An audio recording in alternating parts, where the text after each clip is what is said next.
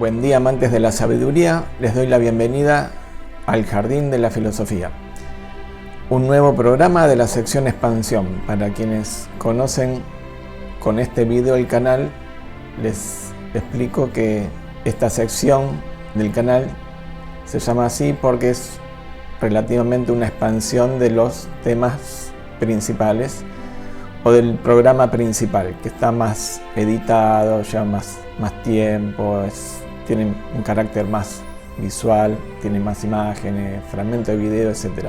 Este no está tan editado, no tiene un guión determinado, sí tiene un tema, por supuesto, así que los invito a ver el resto de los contenidos del canal. Hoy es un día muy particular, es un día feriado en Argentina por un hecho lamentable, un espanto, un intento de asesinato a la vicepresidenta.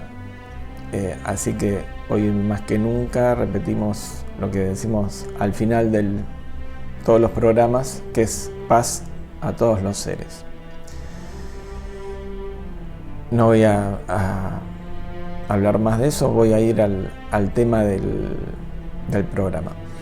Hoy, como verán, hay una luz diferente, estamos con luz natural, que viene, hay una hermosa luz de media mañana que viene de la ventana de aquel lugar. Van a escuchar a lo mejor algo de ruido, no es un día normal, como ya les dije, por ser feriado. Y es un día de sol, más allá de lo que pasamos circunstancialmente en el país. Pero me quería referir en este programa a una película que vi recientemente en Netflix. No dejes de mirarme, es la traducción que se le dio a la película en Latinoamérica. En España se la conoce como La sombra del pasado. En inglés como No mires para otro lado. Y la obra original se llama Obra sin autor. Así que vamos a ser fieles, le ponemos nombre a este programa, Obra sin autor. Y vamos a ver de qué se trata eso. Vamos a ver eso en principio. Hay uno de las reseñas de la película, que no me acuerdo dónde la saqué, que dice que Obra sin autor sintetiza el credo artístico de los dos totalitarismos que gobernaron el país.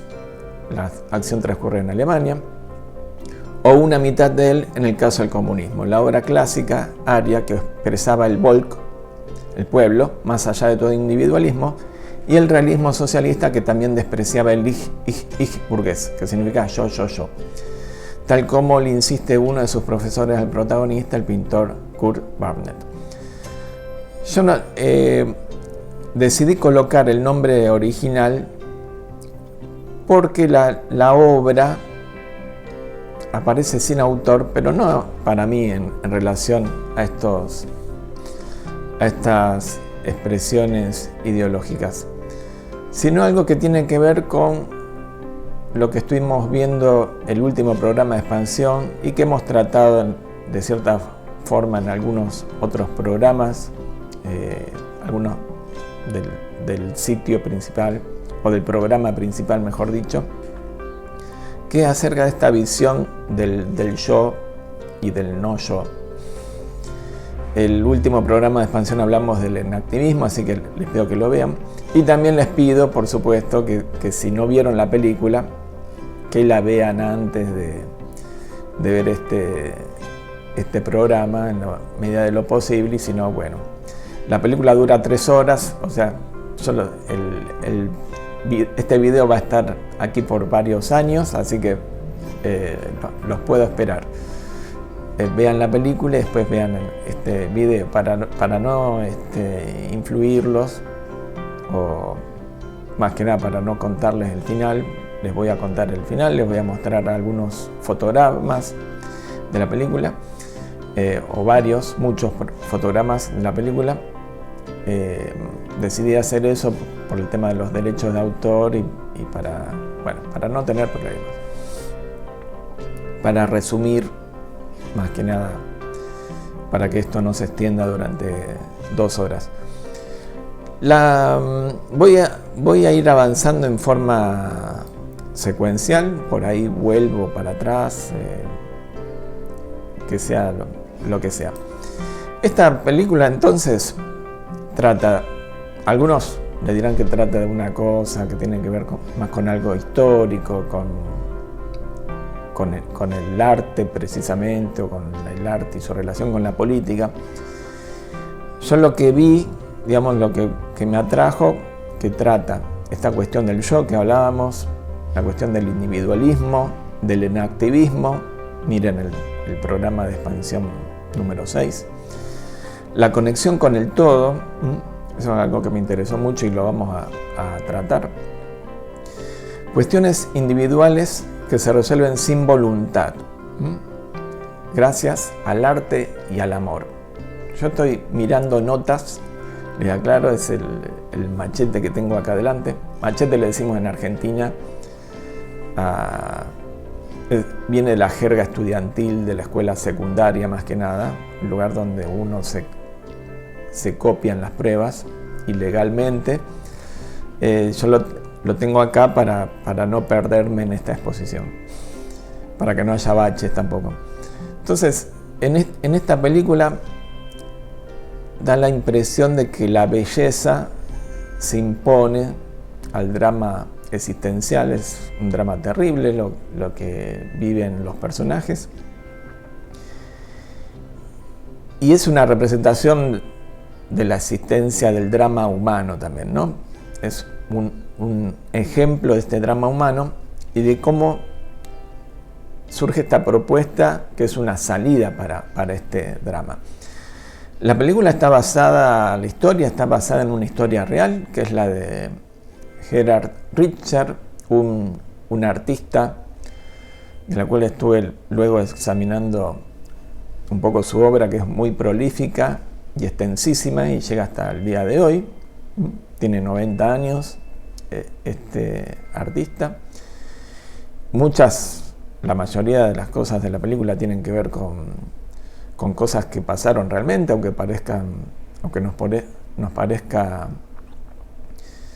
extraño o nos asombre, pero si bien él luego se distanció del resultado de esta película, tiene obviamente mucho que, si uno va a la biografía, se van a dar cuenta. Entonces, lo que se ve en la obra del original de este artista, el real, es que su contacto, su relación directa con la crueldad del nazismo lo llevan aparentemente a rechazar o estar más allá de toda ideología, aparte por todo lo que pasa, ¿no? Está de los dos o de los tres lados, porque está en el periodo nazi, luego está en un periodo en Alemania Oriental y luego pasa a Alemania Occidental, se escapan.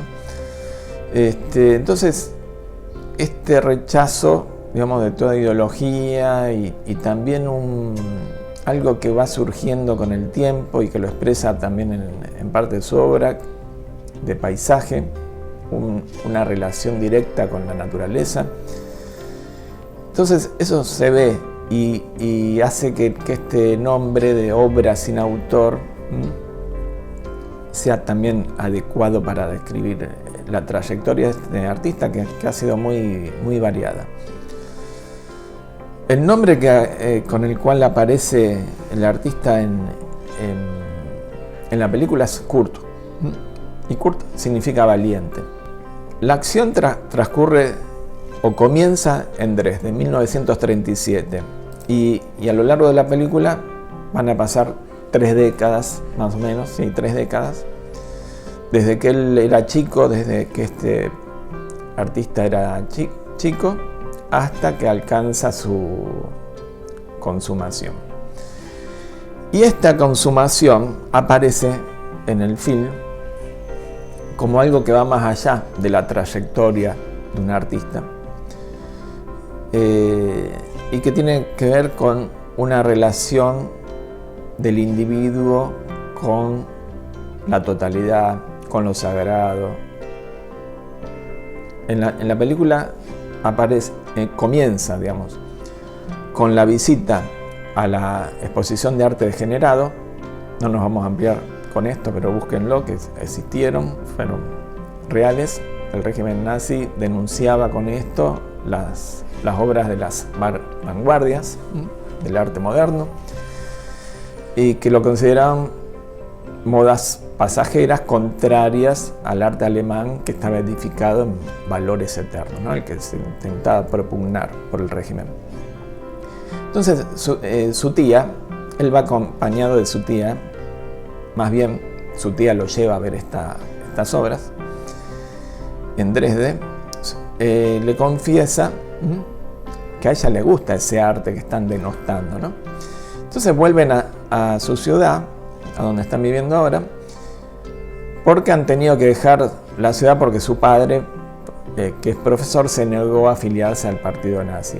Esto es algo que está ligeramente relacionado con la vida real, pero bueno, en la película aparece así.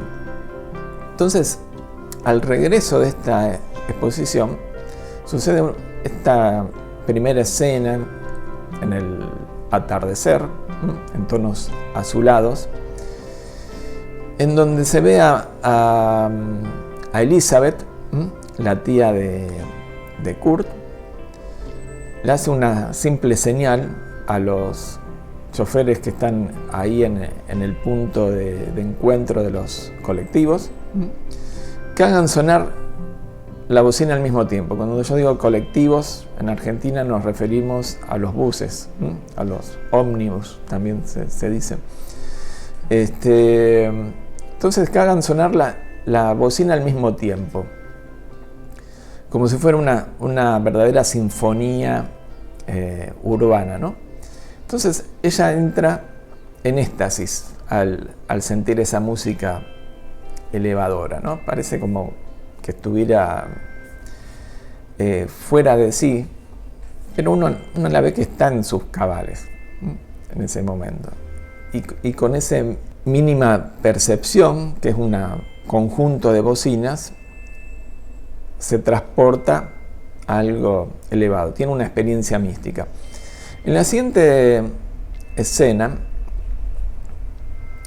Elisabeth, que así se llama su tía en la ficción, en la realidad se llamaba Marianne.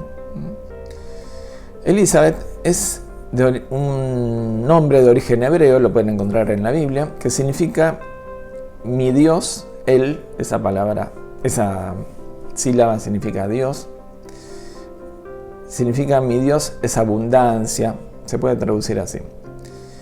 Luego vamos a ver que la novia de Kurt se llama también Elisabeth. Eli la llama su padre, esta futura novia. Es también uno de los tantos derivados de Elisabeth.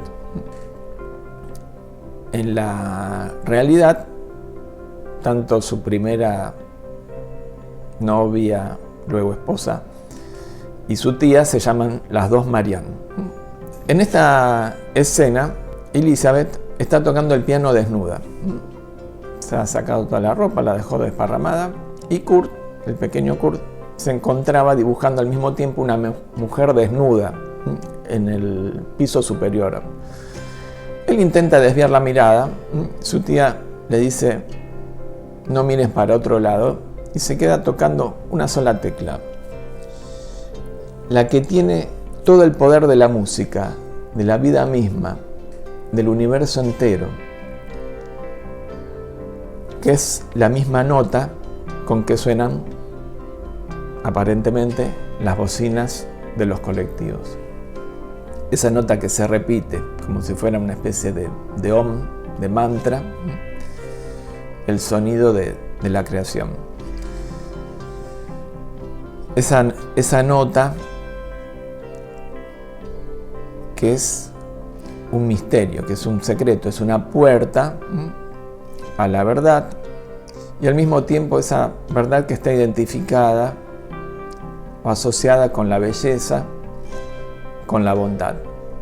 Una noción de lo divino que articulaba estas expresiones de verdad, belleza, bondad, como emanaciones de lo mismo.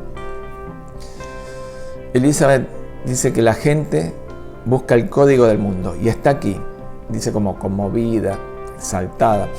Ahora que lo encontró, lo puede tocar donde sea. Esto, lamentablemente, al mismo tiempo que es un descubrimiento, es el desencadenante en la película de su perdición, ya que es llevada luego al psiquiatra que la termina internando, la esterilizan, y eso no es solamente impedir que tenga hijos, sino que es anular la vida plena que hay en ella. Este contacto que tiene a través de su descubrimiento por medio del arte, de la música, de la contemplación del arte de las vanguardias, que se anula con este procedimiento realizado por un ginecólogo. Tiempo más tarde va a tener un triste y cruel final, otra víctima del holocausto, de toda la locura del nazismo, que impidió la reverberación de la belleza del mundo, encarnada en esta mujer. Pero que no lo va a impedir del todo porque va a permanecer latente en Kurt. Luego vamos a una escena del 13 de febrero de 1945, hacia el final de la guerra, como sabrán. Se produce el terrible bombardeo de Dresde. Lo pueden buscar en internet. Este bombardeo no solamente destruye el casco histórico de esta ciudad medieval, se lleva la vida de 25.000 personas. Es un desastre. No solamente pasó en Dresde eso, hubo bombardeos terribles en otras partes, y ni hablemos de Hiroshima, ¿no? y Nagasaki. Toda la locura de la guerra. Entonces, en esta escena se va articulando el bombardeo, cómo van muriendo algunos personajes que habían aparecido brevemente, como el chofer del colectivo, que se mostraba tan amable, su compañerita de la escuela, de Kurt, del jardín, sus hermanos mayores que peleaban en la guerra, y finalmente Elizabeth. Y ellos parecen estar como mirándose a través de una ventana. Los testigos, Kurt, la madre, ven ese bombardeo, y al mismo tiempo van apareciendo las muertes, todas estas muertes, ¿no? de su familia. Da la impresión como que él las está mirando, aunque esté a la distancia, pero que lo está viendo. Entonces, la actriz que acompaña a Kurt le tapa los ojos, pero él acata el mandazo de su tía Elizabeth, no deja de mirar.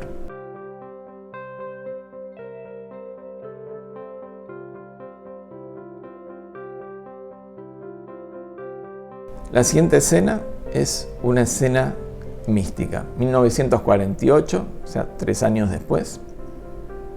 Una escena en el campo, es una revelación. Estamos en el minuto 45 de la película, o sea, una cuarta parte de la película. Él está subido al árbol con todo lo que ella representa en relación a la espiritualidad. Por ejemplo, pensemos en Buda, por ejemplo, el que se sentó a meditar abajo del árbol hasta alcanzar la iluminación. El árbol es el símbolo del axis mundi, o sea, del eje que une el inframundo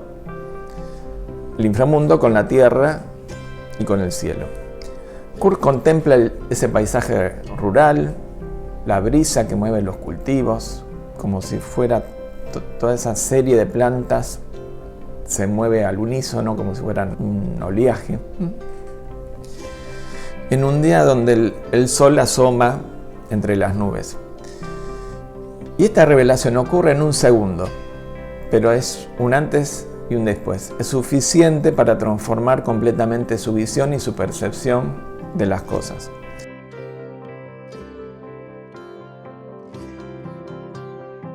Cuando desciende inmediatamente hacia el poblado, esta cuestión del descenso, de ir desde el lugar de la revelación hacia el mundo social, también estamos ante todo un simbolismo espacial y sociológico.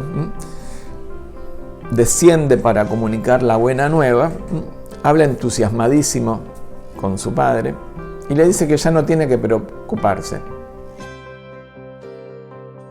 que todo está conectado,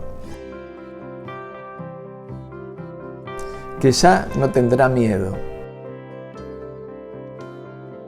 Recuerdo una frase de un relato cosmogónico de las Upanishads, las escrituras de la India, que tratamos en un programa, que decía algo así como: quien ve a otro siente miedo. Está hablando de un ser primigenio que está solo, obviamente, y empieza a crear. Entonces, cuando crea algo, se asusta de eso que ha creado y se empieza a esconder. Entonces, siente miedo de su propia creación y se escapa de su propia creación, y en ese ocultamiento sigue creando nuevas especies, ¿no? Bueno, al ver que todo está conectado, que todo está unido, la separación con lo otro, con los demás, con los peligros, con las amenazas, desaparece, desaparece junto con el miedo. Y uno así, de esta forma, al alejarse del miedo, al perder el miedo, se aleja al mismo tiempo del lado oscuro de la fuerza. Libre de preocupaciones, puede emprender cualquier cosa. Dedicarse a cualquier profesión va a ser lo mismo, porque él ya tiene el secreto, tiene el código del mundo. 1951, 3 años más pasan. Yo voy avanzando mientras con los fotogramas. Está trabajando en un taller de cartelería en la Dresde, que aún está siendo reconstruida, ¿no? 6 años después del bombardeo. Pinta las letras a mano alzada, sin necesidad de plantilla. Su compañero le pregunta si se siente superior por hacer eso. ¿Por qué lo hace?, le pregunta. Y él inocentemente responde: porque puedo. Y era la verdad, lo hace porque si podía hacerlo así, porque él va a seguir usando plantilla. Demostrando así una absorción total en la tarea, por ínfima que sea, ¿no? Sin preocuparse por el qué dirán, sin tomar distancia de los demás y del contexto. Hacerlo, concentrarse en el presente, en ese pequeño mundo, como si fuera todo, ya que sabe que todo está conectado. El asunto es que al exponerse su capacidad, su jefe le recomienda, para decirlo de alguna forma, que se dedique al arte. Lo envía a la escuela de arte. Estamos en el tiempo de la Alemania socialista, ¿no? Alemania oriental.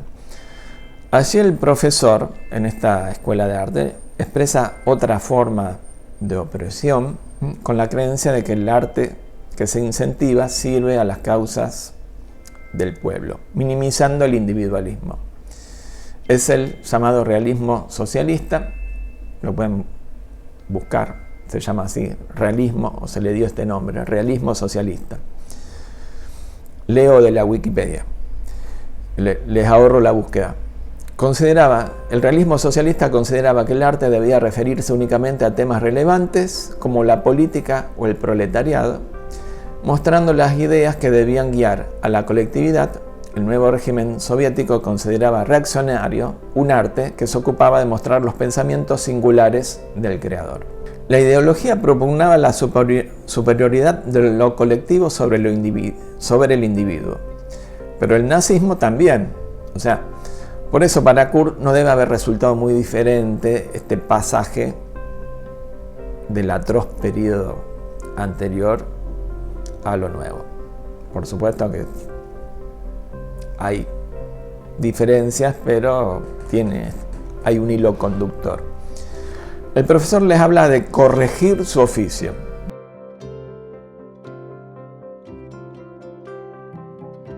Para que surja el arte correcto.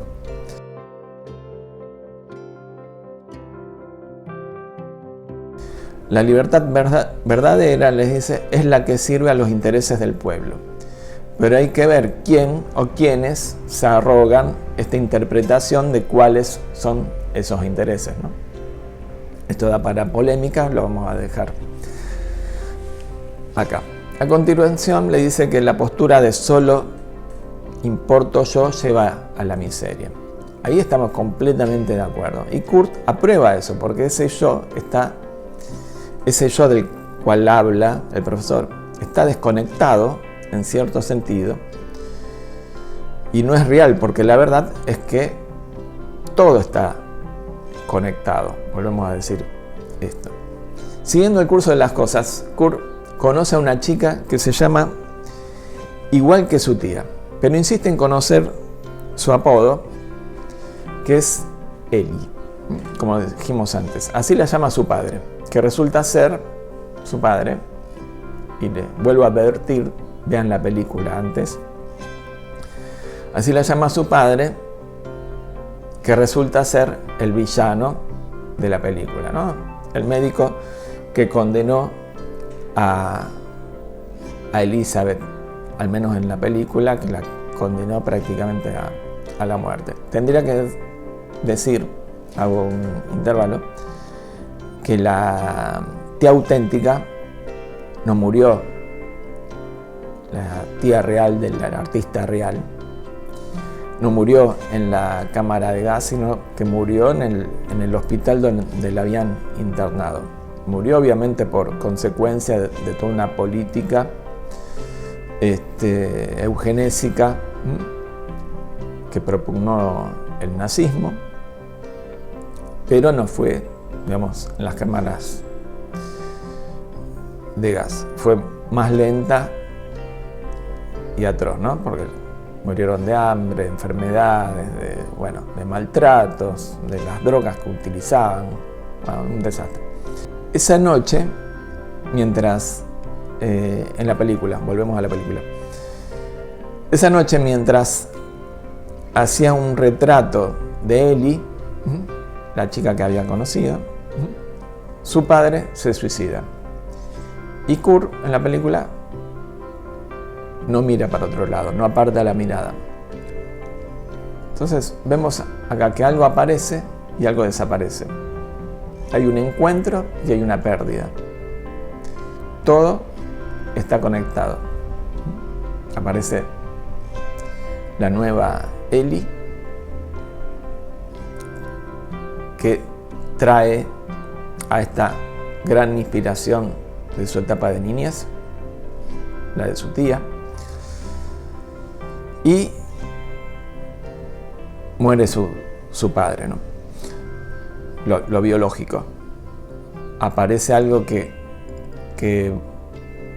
no va a volver a retomar este contacto con la vida, y desaparece su padre biológico.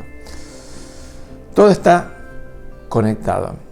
En una obra de realismo socialista que estaba realizando en la escuela, cambia Kurt a la cara de la modelo y la sustituye por la de Ellie. Introduce su vida, digamos, lo que él estaba viviendo, lo reflejaba en el arte, en ese cuadro que hasta ahora sentía como ajeno, era un simple ejercicio.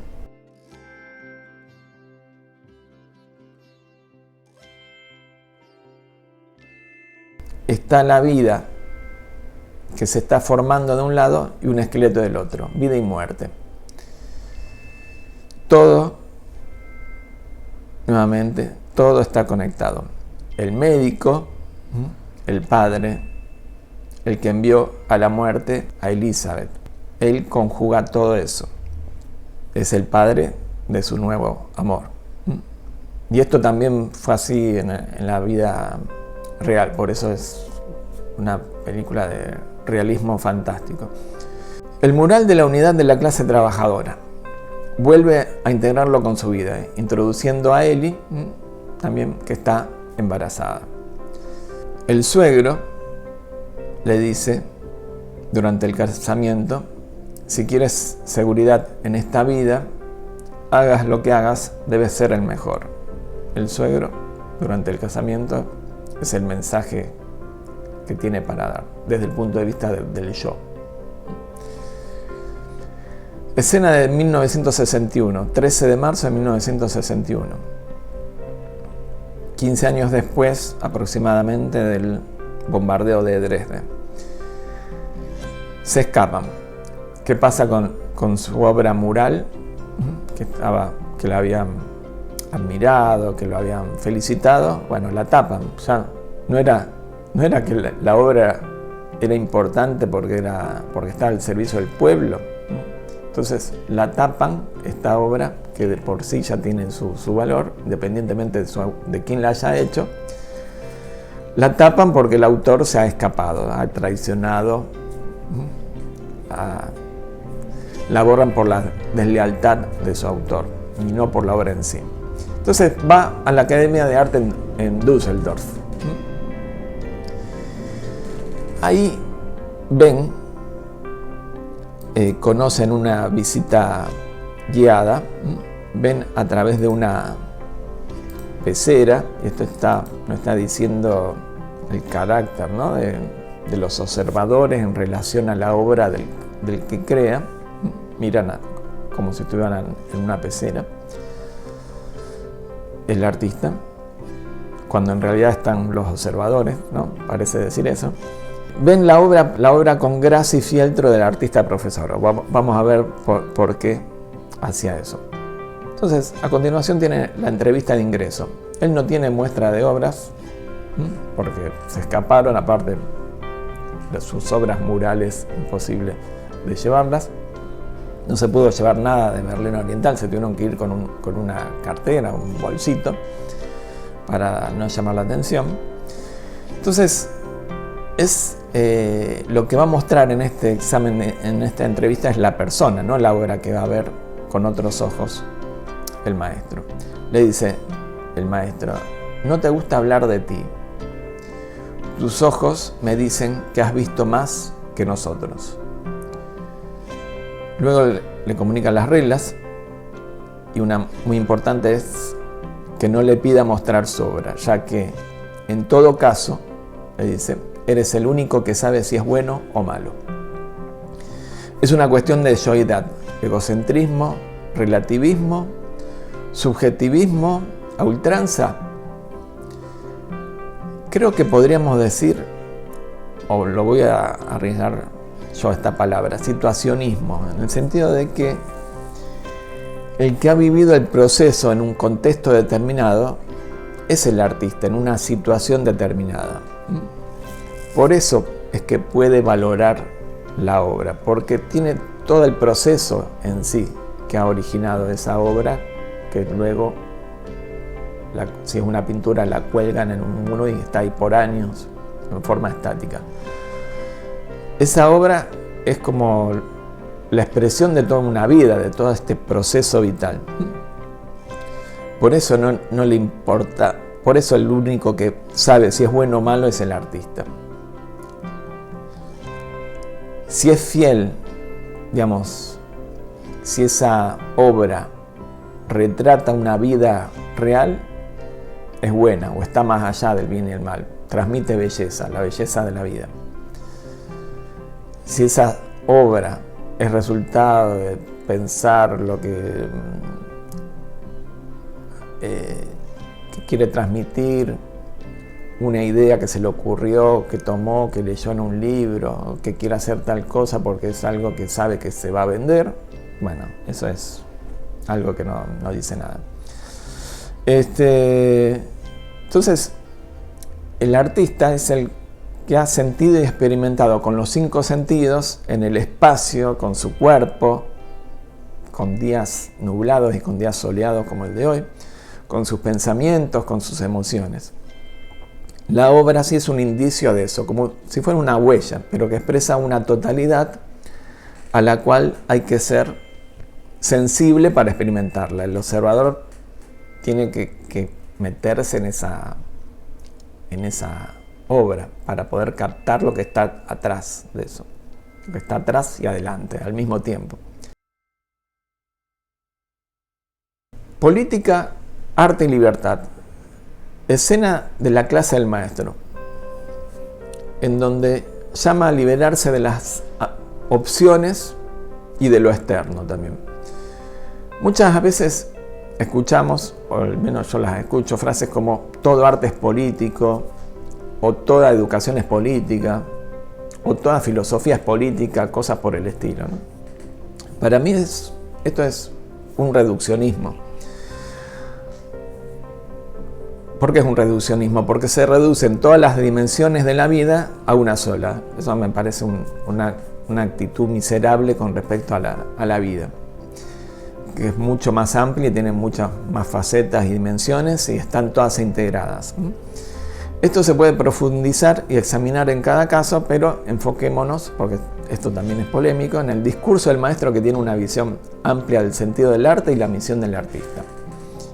El maestro dice, no voten por ninguno, porque le está mostrando a dos afiches de candidatos a algo, ¿no? A algún puesto político. Dicen, no voten por ninguno, no vuelvan a votar por ningún partido, voten por el arte. Solo en el arte la libertad no es una ilusión. Luego de la catástrofe nazi, el artista le devolverá al pueblo su sentido de libertad, les dice. Cada individuo, ya sea recolector de basura o agricultor, tiene la posibilidad de ser artista si desarrolla sus capacidades subjetivas sin una guía externa. Si ustedes no son libres, totalmente libres, nadie lo será. Ustedes son sacerdotes, son revolucionarios, son libertadores. Es una clase de 2 minutos excepcional y son 2 minutos que nunca se van a olvidar estos alumnos, ¿no?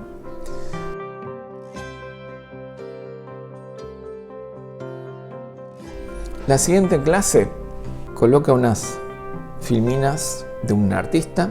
Él decía que una obra de arte debe retener algo de los primeros días de la creación, como si siguiera siendo divina, como si estuviera emergiendo de una masa primigenia, de la costilla. Y esto nos lleva a las imágenes del Génesis bíblico, ¿no? Cómo va todo surgiendo del barro y luego de la costilla, y cómo en toda obra esa creación vuelve a repetirse, se actualiza de una forma diferente, por supuesto, pero es eso. Luego de esa clase, el maestro le dice que quiere ver sus obras, y él está de acuerdo, por supuesto. Va a ver sus obras efectivamente al poco tiempo y le cuenta de dónde vienen sus obras con grasa y fieltro, las obras que hacía. Entiende, le dice, de qué habla la gente acerca del amor y el sexo solo porque sintió la grasa y el fieltro en mi piel. Él era piloto, fue piloto en la guerra, los derribaron enseguida porque tenían escasa preparación y los salva una familia del enemigo, a los cuales iban a bombardear aparentemente. Los salvan utilizando la grasa y el fieltro durante un montón de tiempo. Luego presenta a Descartes de una forma excepcional. Solo porque sentí la grasa y el fieltro en mi piel, la grasa y el fieltro, los incorporé y comprendí absolutamente, como Descartes entendió su propia existencia. Todo podía ser una ilusión, un truco o su imaginación. Luego descubrió que había algo que pensaba esos pensamientos. En consecuencia, algo debe existir. Y a ese algo decidió llamarlo yo. Pero esto no eres tú. ¿Pero quién o qué eres tú?, le termina diciendo. Esto en referencia a la obra que había realizado Kurt en base a todas estas influencias externas, o teniendo en cuenta qué era lo que pensaba que tendría que hacer, teniendo en cuenta siempre como una autoridad externa, le dice que eso no eres tú. El yo que tiene que aparecer entonces en la obra no es el yo individual, sino que es este yo que se constituye en el proceso con la vida misma, con el paisaje, con los demás, con todo lo demás, con la totalidad. Es una expresión este yo de la totalidad. Y la obra de arte de este yo también es una expresión de la totalidad, para que sea bella, sea lo que haga. Y ya arrimándonos al final, encierran al jefe del médico, y a partir de ahí, en forma casual, en parte, él decide empezar a realizar algunas obras a partir de fotografías. Y la primera que va a hacer es esa. Inmediatamente después va a tomar una fotografía con su tía, una hermosa pintura realmente, y la termina interviniendo al final para sacarla de su representación realista y parecer que fuera así como borrosa, ¿no? Esto es algo real de la experimentación de este artista, del artista real. Y luego va a tomar unas fotos carnet del médico, el padre de Elizabeth. ¿Qué pasa? La irrupción de la vida. Se abre la ventana por el viento y el viento proyecta las imágenes del padre sobre Elizabeth y él está señalando al padre. ¿Qué está señalando? Y no lo está haciendo él no es el autor de ese señalamiento. Es la vida misma, el resultado del viento que ingresó por esa ventana cuando él estaba haciendo eso. Termina integrando todo eso, como lo integró la vida misma, en este cuadro. Todo está conectado. Esta revelación que tiene Kurt de un arte que realmente le gusta, que ve que él está allí, vuelve a experimentar la conexión en su obra, aunque no sepa de qué se trata todo eso, pero lo ve junto, el viento ha hecho eso. Y esta recuperación a partir de unos instantes, unas semanas en donde no podía dibujar nada, que era siempre la misma etapa de lienzo blanco, una obra vacía que no surgía, pero estaba ahí en potencia. Esta revelación de la pintura a partir de la fotografía es su regreso a la vida. Y esto se conecta con Ellie, que vuelve a quedar embarazada. En la película aparece como a partir de cierto hecho no podía volver a tener hijos, y sí, y ahora sí, gracias a que volvió a reconectarse con la vida, con el todo, Kurt, y al mismo tiempo lo hace Ellie, biológicamente. Luego viene esta escena previa a la final, o ya sobre el final de la película, en donde entra casualmente, iba a buscar algo, el padre, el médico, y advierte, ve esta obra, y no entiende, se pregunta si él había descubierto la verdad, y sí lo había hecho, pero no lo había hecho conscientemente. Tampoco había sido él el autor completo del descubrimiento de esa verdad atroz, ¿no? Él había descubierto la belleza, y en esa belleza había verdad, había historia, había también bondad, la bondad de su tía, por enseñarle todo lo mejor. Y el médico, bueno, imagínense cómo se queda, ¿no? No entiende nada. Kurt tampoco entiende por qué él reacciona así. Y el médico se va, y presten atención que en un momento dice gracias. Esto lo podemos entender como que fue volver a mirar la verdad, esa que había ocultado durante tantos años, ayuda a quitarle el peso de encima. En la realidad, en el mundo real, el médico nunca se hizo responsable por sus crímenes. Él llegó a ser integrante de las SS, o sea que no era alguien que le tocó estar en un lugar incómodo, digamos. Fue voluntario y estaba completamente convencido.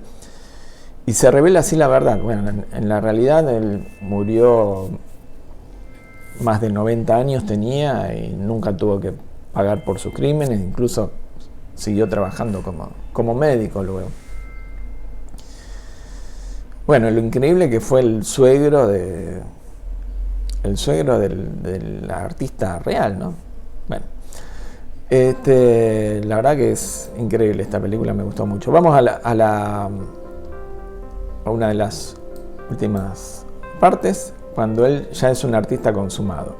Le preguntan los periodistas acerca de por qué hacía, digamos, estos cuadros a partir de fotografías, si había algo de personal, y él le dice que es mejor no conocer la historia detrás de las fotografías, así ve mejor lo que hay ahí. Y un periodista le preguntó qué debe significar que todo es fortuito, y él le dice que no, que no es fortuito, que todo es real, coherente y constante, que solo la realidad es constante y todo lo que es real es bello. Es el continuador de lo que había descubierto su tía. Luego, este periodista que le hizo la pregunta va a terminar confirmando esta revelación de que podemos hablar por primera vez en la historia del arte, dice, de una obra sin autor. Las imágenes final es un broche, es atar, digamos, toda esta madeja que se había ido desenvolviendo. Sale a caminar Kurt después de esta conferencia de prensa, de su exposición. Va a la misma parada de colectivos a donde había ido su tía cuando salieron de la exposición de arte degenerado, en donde tuvo su éxtasis, y él vuelve a tener esta conexión. Les pide a los colectiveros que vuelvan a tocar este mantra, esta nota del universo, que resuena en su vida, que resuena en la vida del artista, que resuena en esta película y que resuena en todas partes. Todo está conectado. Gracias por llegar hasta aquí. Paz a todos los seres.